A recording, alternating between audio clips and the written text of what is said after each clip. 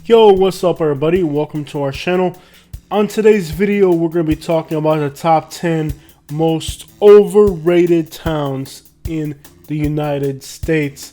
Overrated does not mean your town sucks. So if your town ends up on this list, you don't need to write an entire paragraph about everything your town has to offer. In fact, a place cannot be overrated unless people think it's great. So if you're one of those people that thinks it's great, this world-renowned traveler is going to tell you why it's not. If your town is on this list, I don't hate your town. All I'm saying is, I thought it was so much better based on what I heard, and when I actually showed up to the town and saw what it was really about, I was disappointed because my expectations were really far beyond the reality. So the title of this video is Top 10 Most Overrated Towns, not 10 towns that I hate, because on previous videos, people apparently have a hearing aid problem and they try to blame it on me, as if it was my fault that their town did not exceed my expectations. Number 1 is Austin, Texas. I had heard so many amazing things about Austin, Texas. We were really thrilled to see this city. And then when we got there, we're like, what the crap?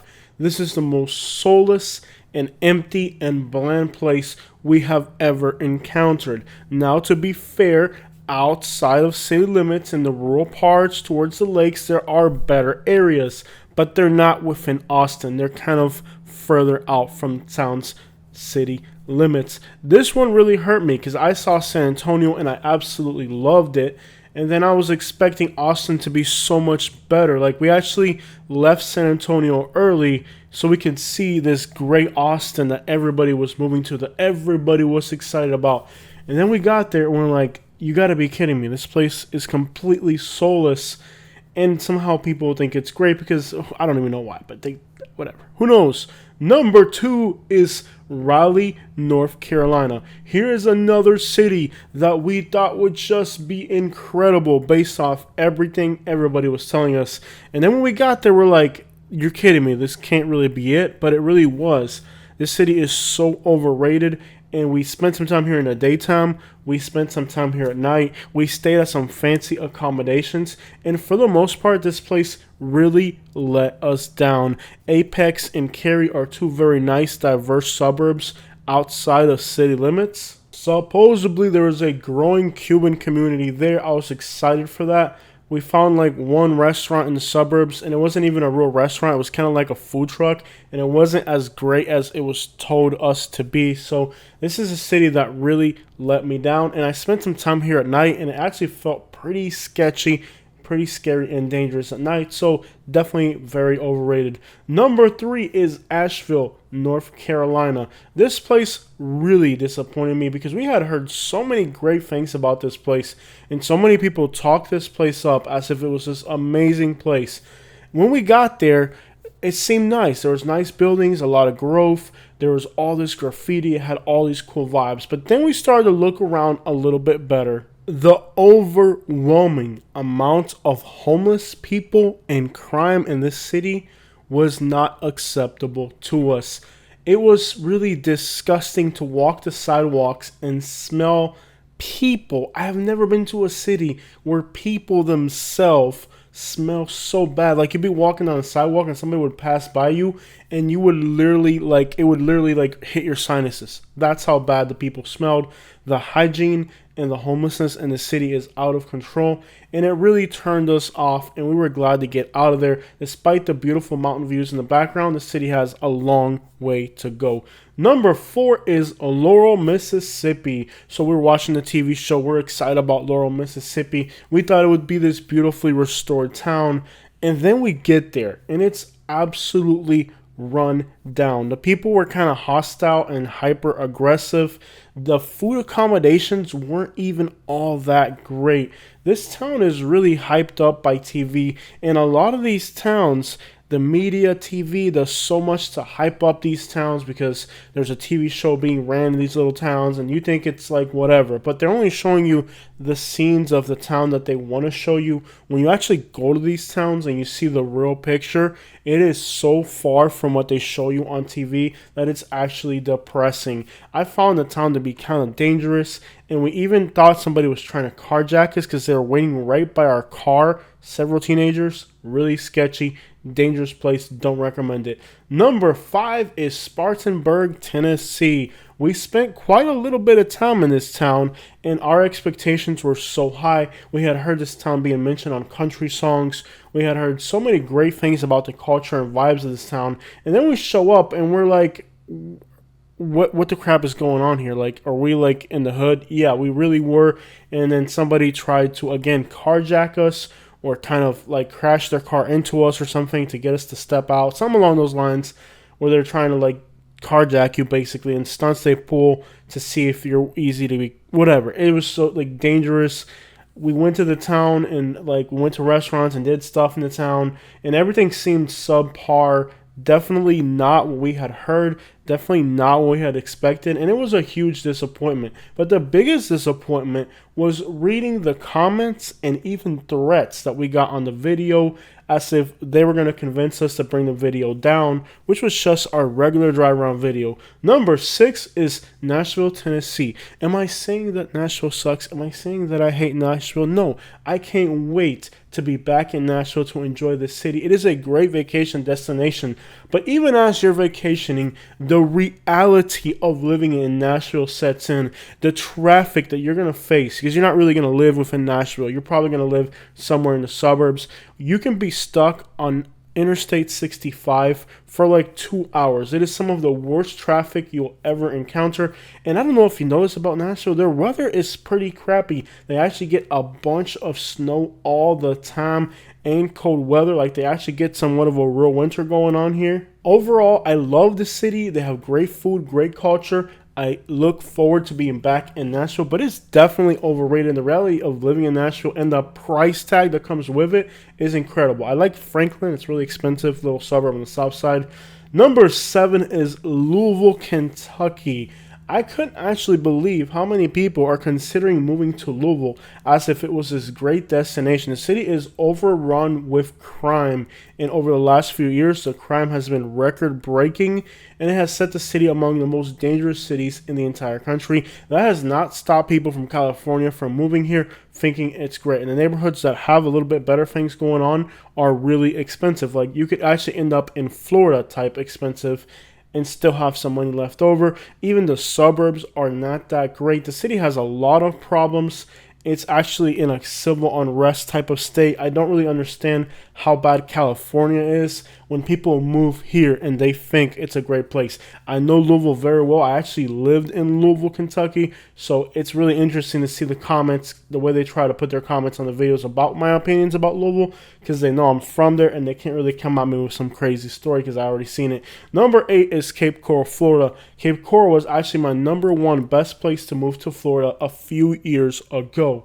But the prices have came up so high, you're literally paying Naples prices to live in Cape Coral, which a few years back was like a counterpart of Lehigh Acres in some type of way. The people that are moving here right now are really getting a bad deal. Those who moved here when I made that video back then, they actually got some really awesome appreciation. For what it's worth to live in Cape Coral right now, it's really not worth the price tag. It is definitely overrated on the price tag, moving in type of place.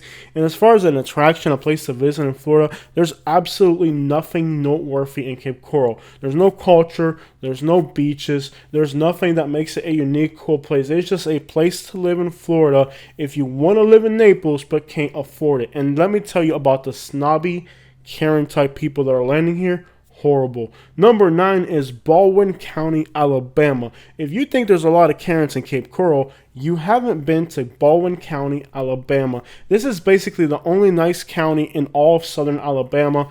It's right near the Gulf beaches, and people from Texas and Oklahoma think this is a great place to live because it's the only place far towards the west where you have clear water along the Gulf of Mexico. So people from all these other states have really risen the price of staying here for tourism. So if you're buying here, you're paying tourist prices for a place that's actually not that special. With what it costs to build a new home right now in Baldwin County, Alabama, you can literally get the same exact home in Fort Myers, Florida. We have better weather, and it's not in Alabama. You have palm trees. It's a whole different package. It's so much better for the same price tag. Again, the tourists from all those states being so far west have driven up the price a lot. Number 10 is West Palm Beach, Florida. Absolutely incredible travel destination. Great place to vacation in Florida, but not so great of a place to live. Year-round, the crime in this city is absolutely insane. The people are aggressive. In fact, I would say they're hyper-aggressive. It's a very violent city.